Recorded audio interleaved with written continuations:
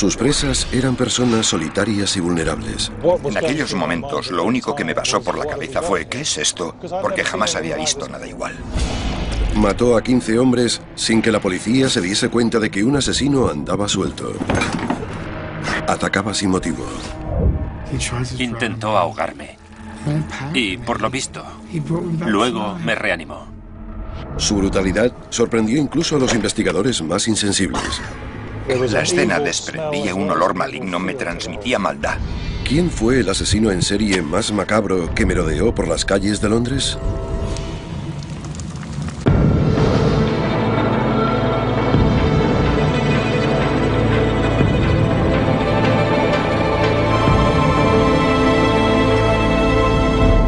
Asesinos en serie, Dennis Nielsen.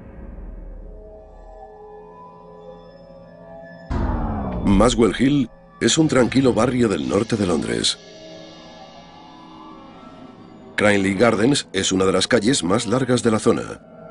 Y hacia la mitad de la calle está el número 23, una casa de estilo Tudor dividida en 6 pequeños apartamentos. Los residentes del número 23 tenían problemas con las cañerías, ya que estaban atascadas y desprendían un olor repugnante. Un fontanero se acercó al edificio para solucionar el problema.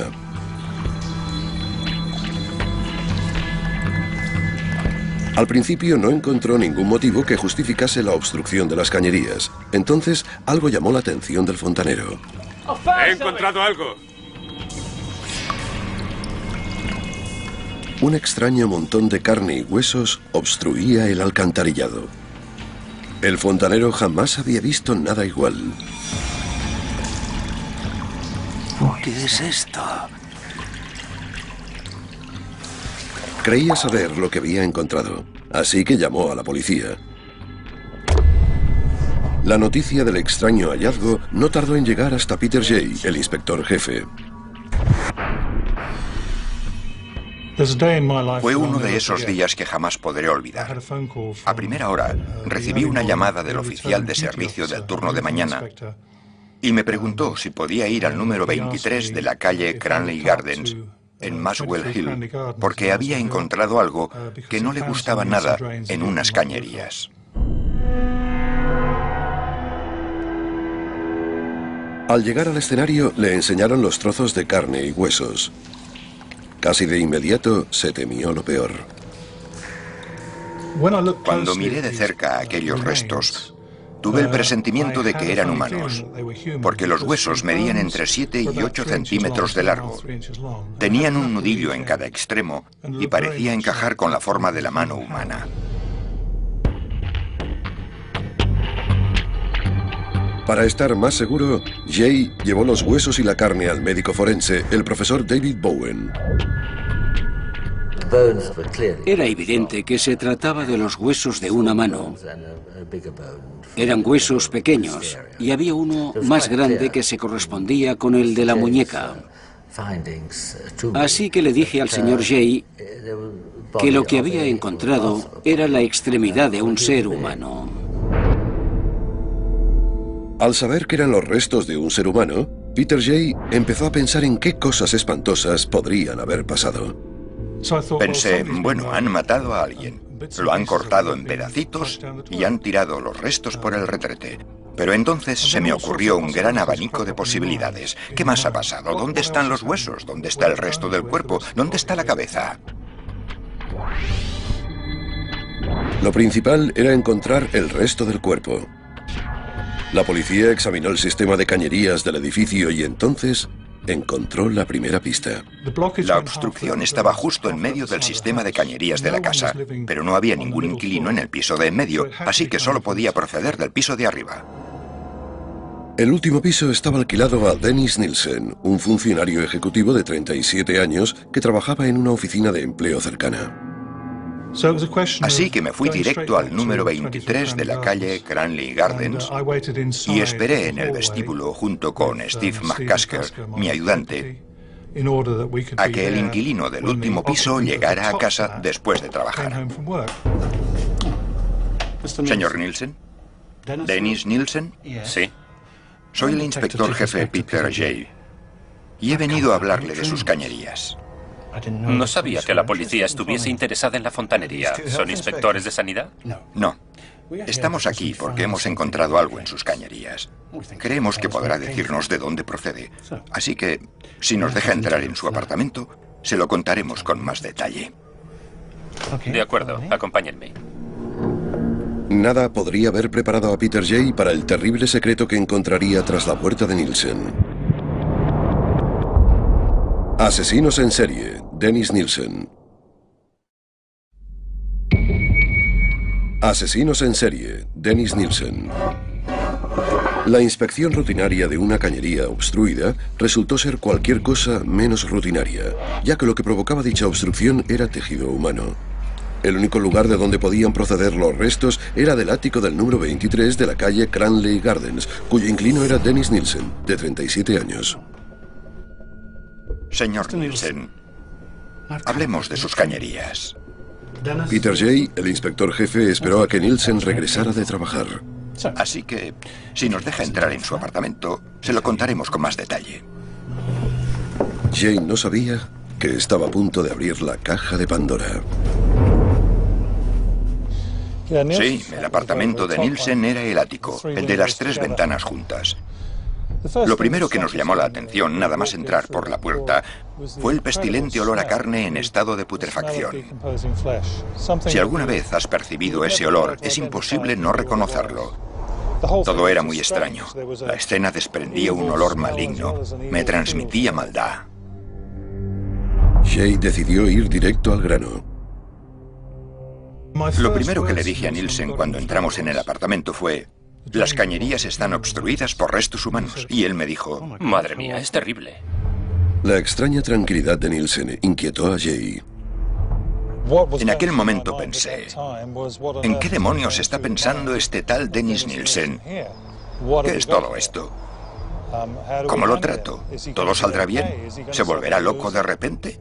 Di unos pasos hacia adelante. Acerqué mi cara a la suya, lo miré directamente a los ojos y le dije: no me haga perder el tiempo. ¿Dónde está el resto del cuerpo? He dicho que ¿dónde está el resto del cuerpo? Y Nielsen contestó: Vale, está bien. Está en las bolsas de basura que hay en el armario de la habitación de al lado. Se lo enseñaré. Lo más extraño de todo fue que a medida que iba hablando, nos íbamos creyendo todo lo que decía.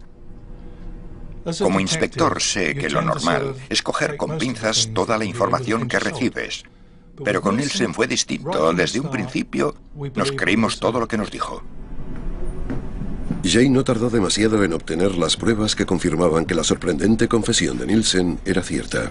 Entré en la habitación, y aunque las ventanas estaban abiertas, el olor era casi insoportable.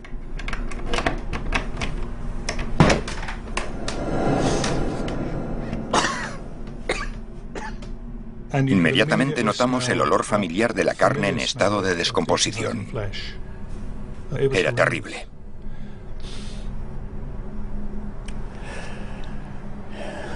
¿Hay algo más que quiera contarme? Es una larga historia. Se lo contaré todo, pero aquí no. En la comisaría. Fue tan sencillo como llevar a Nielsen a la comisaría e iniciar una investigación por asesinato. La primera tarea de la policía era identificar a la víctima y descubrir por qué había tenido un destino tan horripilante.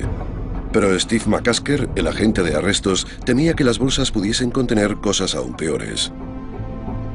Lo metimos en el coche patrulla y me senté en la parte de atrás con él y Jay, el inspector jefe.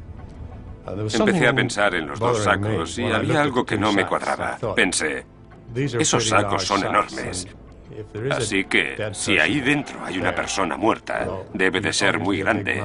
Después le dije a Nielsen: ¿de cuántos cuerpos estamos hablando? ¿De uno o de dos? Y contestó: No, quizás haya unos 15 o 16. Es un gran peso que me he quitado de encima. Recuerdo que Peter estuvo a punto de tener un accidente con el coche. Lo dijo de un modo tan escalofriante que supimos que no estaba bromeando. No teníamos ni esposas ni porras y de repente nos dimos cuenta de que estábamos sentados con un asesino. Como no teníamos esposas, lo agarré de la chaqueta para que no pudiera escaparse del coche. Ya lo habíamos pillado. Solo teníamos que procesarlo y llevarlo a la comisaría. Nielsen ya estaba en comisaría, así que Jay, el inspector jefe y los criminólogos regresaron a Cranley Gardens. A medida que iban examinando las habitaciones del apartamento de Nielsen, iban descubriendo secretos espeluznantes. Encontramos los restos de 3 personas en las bolsas que tenía en su habitación. Había cortado los cuerpos en 5 partes. La parte superior y la parte inferior del torso estaban separadas y les había cortado la cabeza. Llevaron los restos desmembrados al depósito de cadáveres Hornsey, donde el médico forense, David Bowsen, unió las partes de los diferentes cuerpos. Lo que más me sorprendió fue que la separación de los huesos del esqueleto, tanto de las extremidades superiores como inferiores, parecía estar hecha por un profesional. La persona responsable de aquello tenía conocimiento sobre las partes del cuerpo. La investigación se convirtió en una contrarreloj para encontrar el máximo número de pruebas sólidas. Debo recordarle que está bajo custodia policial. Durante los interrogatorios intentamos sacarle la máxima información posible de todas las víctimas. Teníamos que acusarlo o dejarlo libre tras 48 horas. Hemos encontrado 2 bolsas de plástico de color negro en su armario. Al abrirlas hemos visto que contienen partes desmembradas de cuerpos humanos. ¿Puede explicarme qué pasó? ¿En qué contexto? Parecía increíble, pero hacía pocos minutos que había empezado el interrogatorio y Nielsen sorprendió a Jay con otra escalofriante confesión. ¿Han registrado el resto del apartamento? ¿Por qué?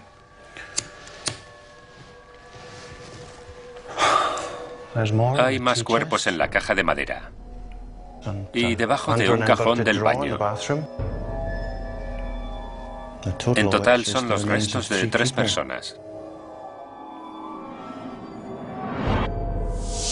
La policía encontró la mitad del cuerpo de un hombre en un cajón del cuarto de baño. Al abrir la caja que había en la sala de estar, descubrió otro torso con las piernas parcialmente diseccionadas, un cráneo y varios huesos. En total, los restos de 3 personas. Una de las víctimas llevaba pocos días muerta. Otra llevaba 9 meses muerta y la otra había muerto hacía 18 meses. Por eso, hacía tanto tiempo que tenía problemas con la descomposición y los olores. Mientras trasladan los restos al laboratorio forense... Cuando los medios de comunicación se enteraron del brutal descubrimiento, la prensa fue directa al norte de Londres. Y no tendremos ningún resultado hasta finales de esta semana. Martin Hunter Craig, el antiguo novio de Nielsen, supo inmediatamente de quién hablaban en las noticias. Estaba en un hostal de Dean Street, Londres, cuando oí en las noticias que habían arrestado a un hombre por asesinato en Cranley Gardens, en la zona noroeste de Londres. Inmediatamente supe que tenía algo que ver con Des. Fui a verle 2 días antes y algo no iba bien. No me dejó entrar en el apartamento y mientras hablaba conmigo dejó la puerta medio abierta. Me dijo que había alguien en el apartamento, pero el olor que salía de allí dentro era insoportable y de un modo rotundo me dijo: no entres. Jamás lo había visto así. Cuando oí la noticia por la radio, simplemente lo supe.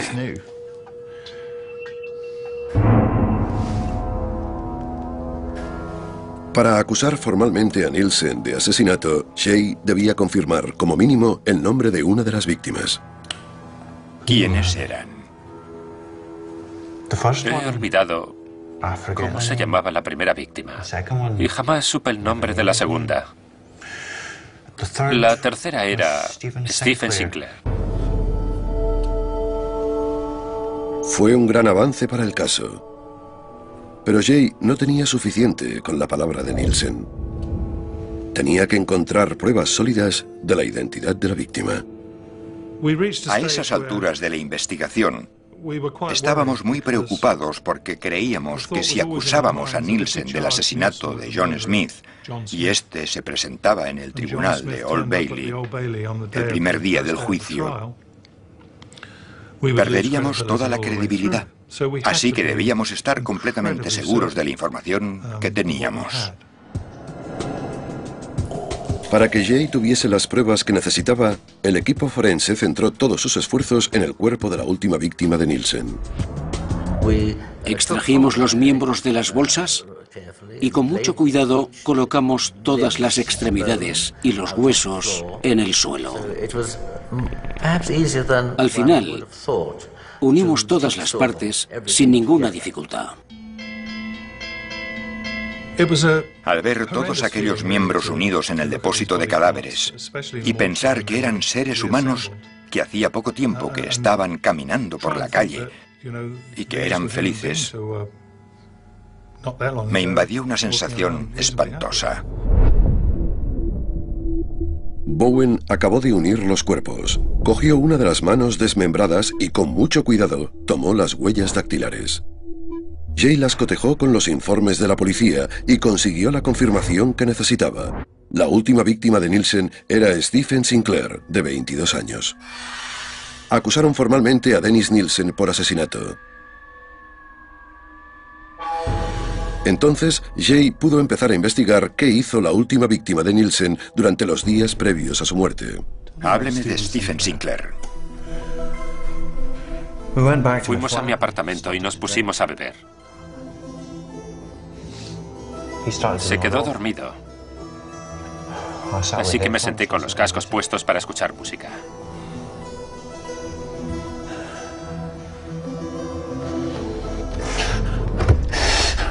Empecé a recordar varias imágenes. Sabía que tenía que matarlo. La combinación entre el alcohol y la música me hizo llorar. ¿Cómo estás? ¿Stephen? Tranquilo. Sigue durmiendo.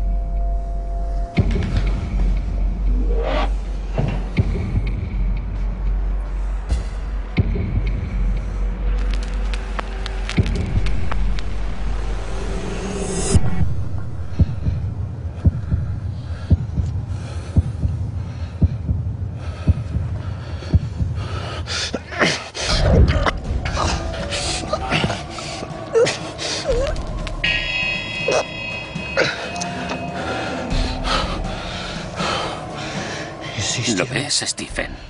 No ha dolido tanto. Ahora ya nadie podrá tocarte.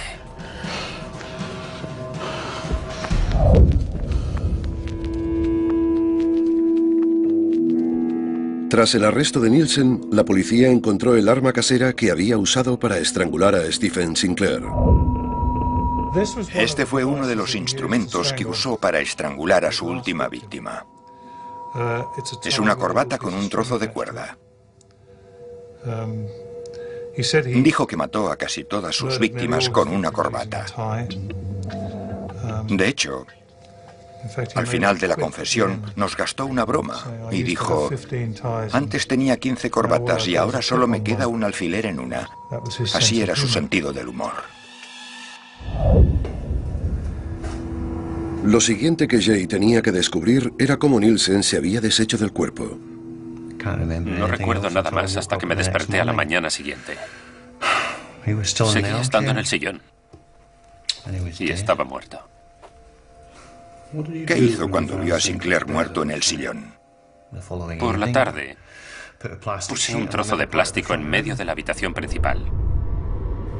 Cogí el cuerpo, lo puse encima del plástico y cogí un cuchillo de cocina muy largo. Brotaba muchísima sangre e incluso se acabó manchando la alfombra.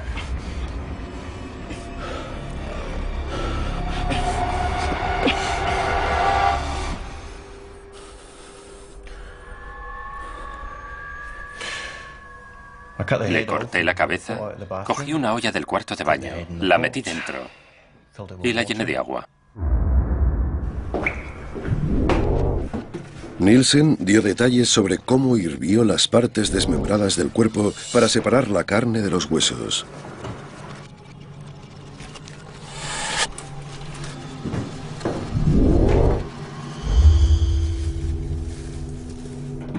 Más tarde, Nielsen confesó cómo había empezado a tirar los restos hervidos por el retrete de forma sistemática.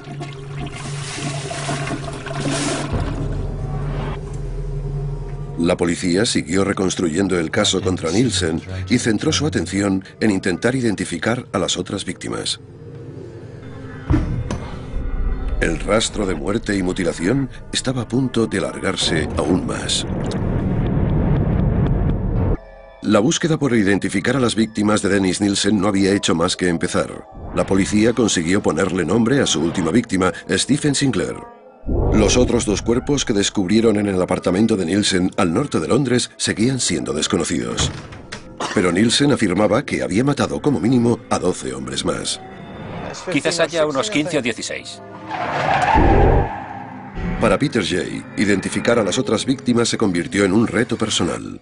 El 60% de los hombres que trabajábamos en el equipo éramos padres. Así que estuvimos de acuerdo en llevar la investigación hasta el límite, ya que nos sentíamos en deuda con los padres cuyos hijos habían sido víctimas de Nielsen. Así que trabajamos bajo mucha presión. Teníamos la pretensión de llegar lo más lejos posible para que al final del camino pudiéramos hablar con los padres y decirles: tu hijo era una de las víctimas o tu hijo no era una de las víctimas. Para descubrir qué les había pasado a los otros hombres que Nielsen había matado, la policía se centró en su antigua dirección, la avenida Melrose. Hemos registrado el apartamento de Cranley Garden, pero creo que le ha dicho a mis agentes que antes vivía en Willesden Green. Sí. Vivía en la planta baja y era el único que tenía acceso al jardín. ¿Y qué encontraremos allí? A menos que los contratistas lo hayan limpiado todo, debería haber pruebas de los restos de 12 o 13 personas más.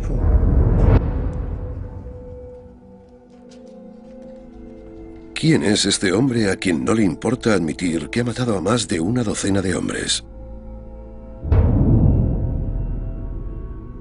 Nació en Fraserburgh, Escocia, de padre noruego y madre escocesa. Dennis Nielsen tuvo una infancia difícil. El escritor Brian Masters entrevistó a Nielsen durante varios meses. No tuvo una relación cercana con su familia, excepto con uno de los miembros, su abuelo, Andrew. Era pescador y desaparecía en el mar durante semanas. Masters cree que la muerte de su querido abuelo arruinó la infancia de Nielsen. Lo llevaron a la cocina y encima de la mesa había una gran caja donde estaba su abuelo. Nadie le explicó qué quería decir. Y creo que en ese momento su concepto de muerte y amor se fusionaron. Dennis Nielsen se marchó de casa para unirse al ejército justo después de cumplir los 16 años y sirvió en el centro de abastecimiento. Fue allí donde Nielsen aprendió el oficio de carnicero, que más tarde usaría para diseccionar los cuerpos de sus víctimas. Después de cumplir 11 años de servicio, Nielsen se unió a la policía metropolitana. Pero al cabo de 11 meses dejó el cuerpo, alegando que su estilo de vida, basado en la promiscuidad homosexual, iba en aumento. Su antiguo novio, Martin Hunter Craig, recuerda la época que pasó al lado de Nielsen con una mezcla de sentimientos. Era muy fácil llevarse bien con Des cuando no estaba borracho. Era una persona muy sensible y simpática. Era como un hermano mayor. Pero cuando bebía se transformaba en una persona... no sé cómo definirlo. Un poco detestable. Se volvía completamente grosero y eso no me gustaba.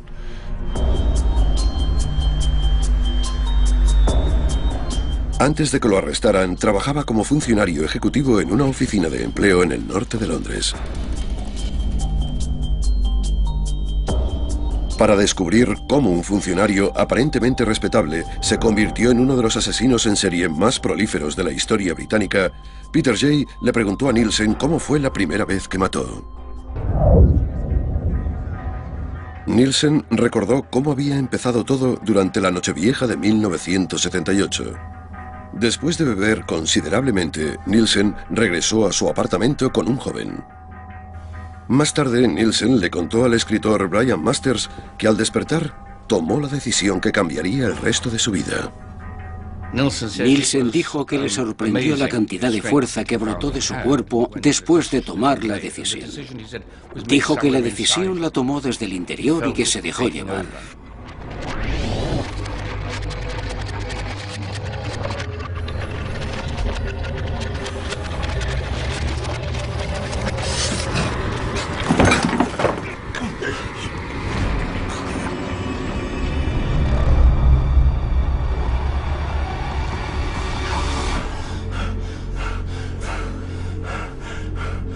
Aunque Nielsen recordó cómo había matado a su primera víctima anónima, Jay se sintió frustrado porque Nielsen no supo decirle por qué lo hizo.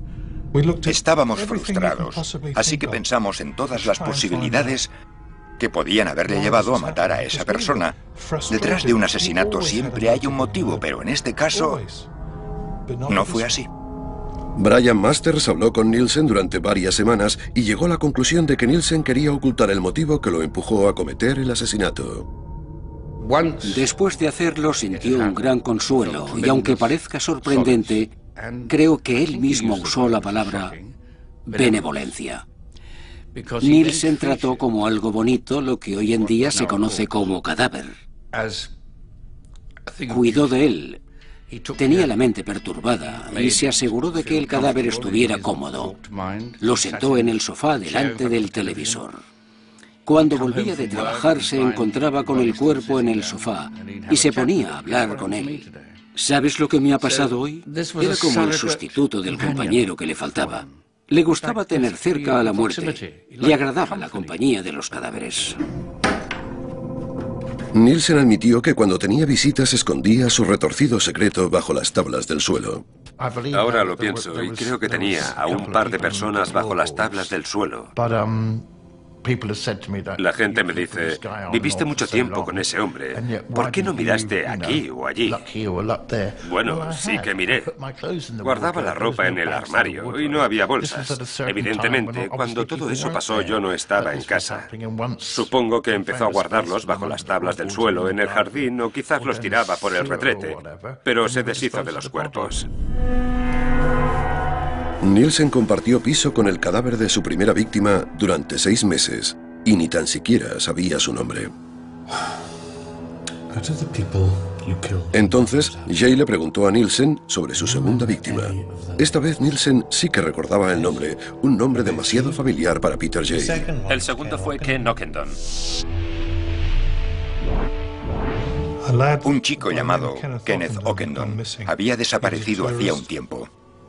Era un turista de clase alta que se había esfumado de la faz de la tierra.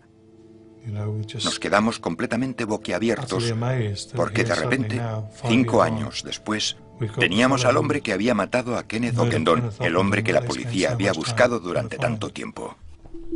El equipo forense buscó huellas dactilares en el apartamento de la avenida Melrose, pero no descubrió nada que corroborase que la segunda víctima de Nielsen fuese Kenneth Ockendon. Contra todo pronóstico, el equipo forense encontró lo que estaba buscando en el apartamento de la calle Cranley Gardens. Cuando Nielsen se marchó de la avenida Melrose, se llevó todas sus pertenencias y una de las cosas que cogió fue un callejero de Londres. Buscaron huellas dactilares en todas las páginas del callejero con una increíble minuciosidad. Para resaltar las huellas en el papel, los forenses usan un producto químico llamado ninidrina. Si hay alguna huella, la ninidrina reacciona con las sustancias químicas que hay en el sudor humano, y las huellas resaltan en la oscuridad con un color rojizo conocido como púrpura de Rueman. En la esquina del mapa de Londres encontraron una huella parcial de un dedo pulgar, y aunque parezca mentira, coincidía con las huellas del desaparecido Kenneth Ockendon, de 23 años. Después de buscarlo durante casi 5 años, la policía por fin pudo cerrar el caso del estudiante canadiense.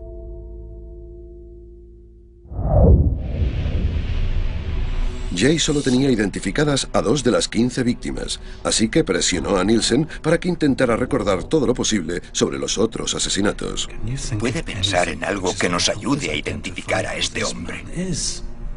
Era irlandés. ¿Qué me dice de la víctima número 9? Creo que tenía acento escocés. ¿Y la víctima número 10? Creo que lo conocí en el West End. Tras 30 horas de intenso interrogatorio, confirmó 3 nombres más. Martin Duffy, un chico sin techo de 16 años de Birkenhead. Billy Sutherland, un prostituto de 26 años de Leith, Escocia.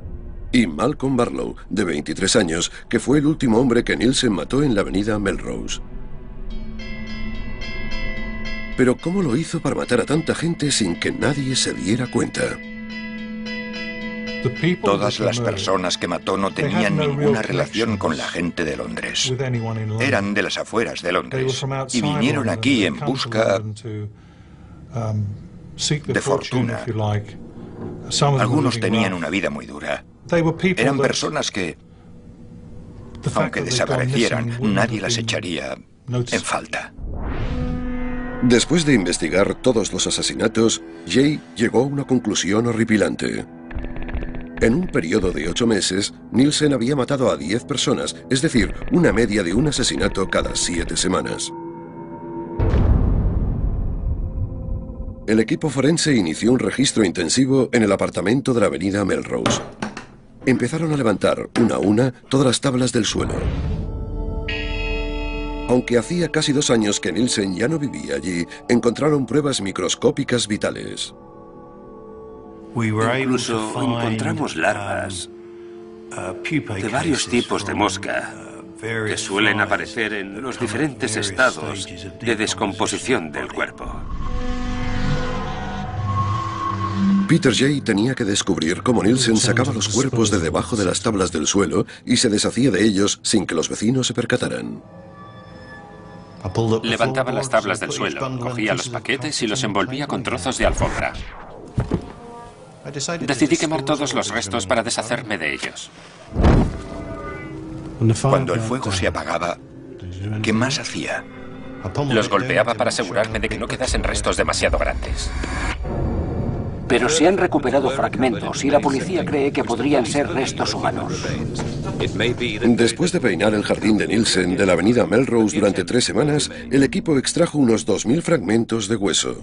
Estos son fragmentos de hueso que encontramos en el jardín.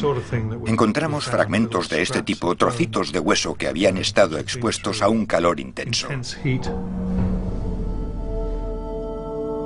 A pesar de todos sus esfuerzos, los huesos estaban demasiado quemados y rotos como para identificar a las víctimas.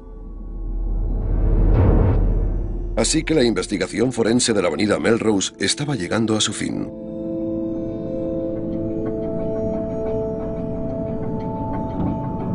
Pero entonces, la policía encontró algo muy interesante. Durante el transcurso de otra investigación, la policía identificó un hombre que había sobrevivido al ataque de Nielsen. Era Carl Stotter, de 21 años. Lo entrevistaron en 1983 y Stotter recordó la noche en que Nielsen intentó matarlo.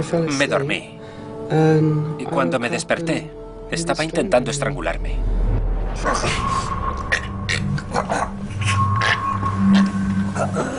25 años después, Carl sigue traumatizado por los recuerdos de aquella noche. Recuerdo que estaba apoyado sobre mi espalda y que intentaba asfixiarme. Parecía que la cabeza me iba a estallar. Que te estrangulen no es agradable. Pero Nielsen no había terminado con Carl. Me levantó de la cama y me llevó al cuarto de baño.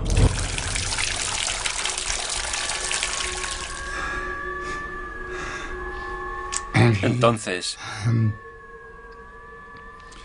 intentó ahogarme.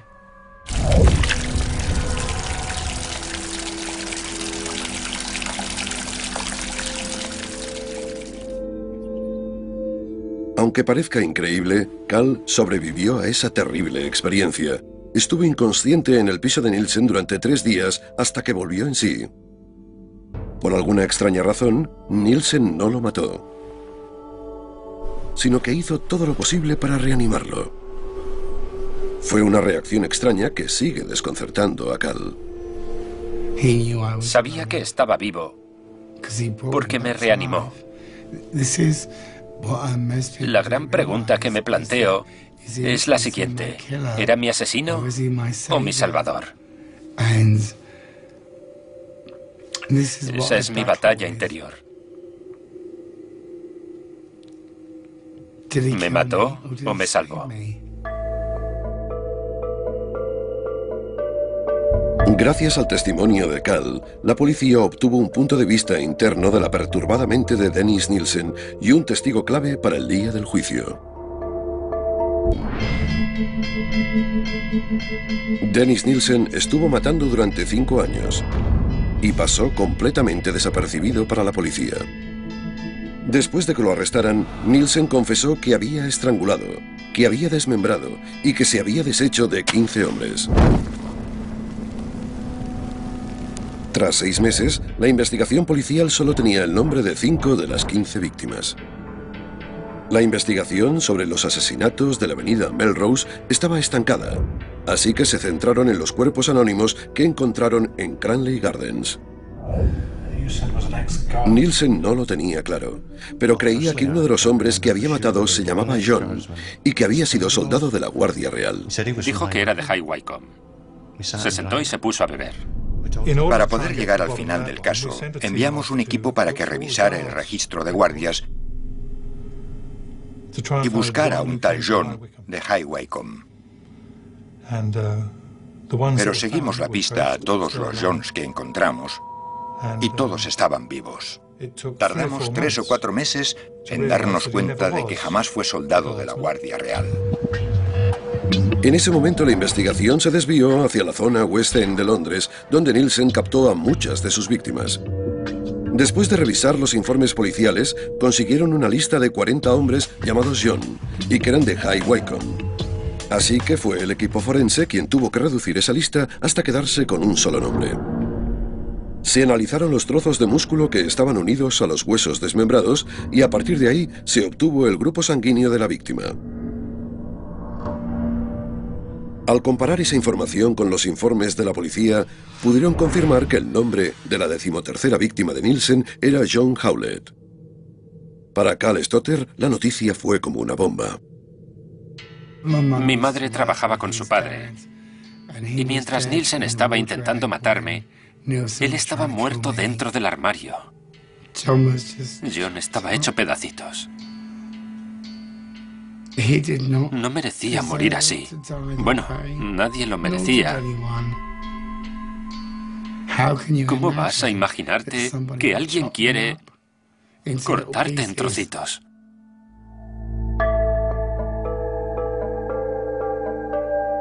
A esas alturas, la policía tenía los nombres de 6 de las 15 víctimas de Nielsen.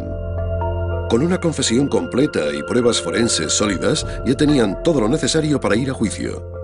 Pero Jay seguía teniendo una pregunta sin respuesta. Dennis quería matar a toda esa gente. En aquel momento me parecía lo más adecuado. Quiere decir que necesitaba matarlos. En algunos casos, justo en el momento cumbre, sentía que el único motivo de mi existencia era matar a esa persona. Por eso tenía que hacerlo.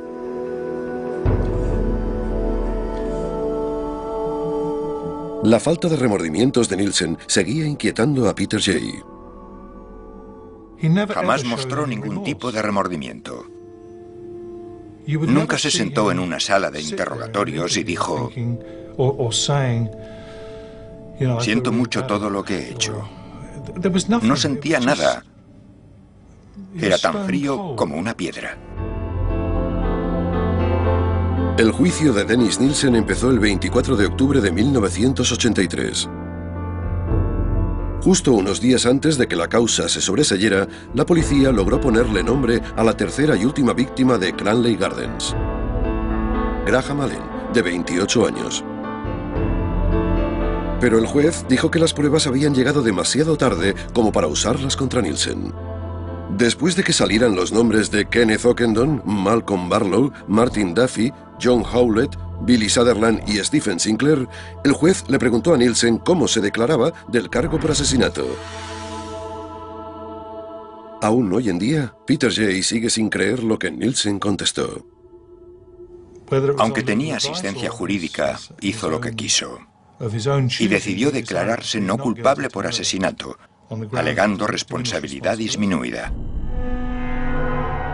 Reconoció todas las muertes, pero no admitió haberlos matado con premeditación y alevosía. Nilsen esperaba salir con el menor cargo posible por homicidio. El juicio duró unas 2 semanas. Para Cal Stotter, volver a recordar el momento en el que se enfrentó a su agresor durante el juicio es una experiencia terrible.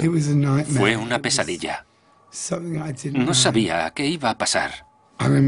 Recuerdo que pensé, pero si ni siquiera conozco a ese hombre, ¿por qué un extraño quiso matarme?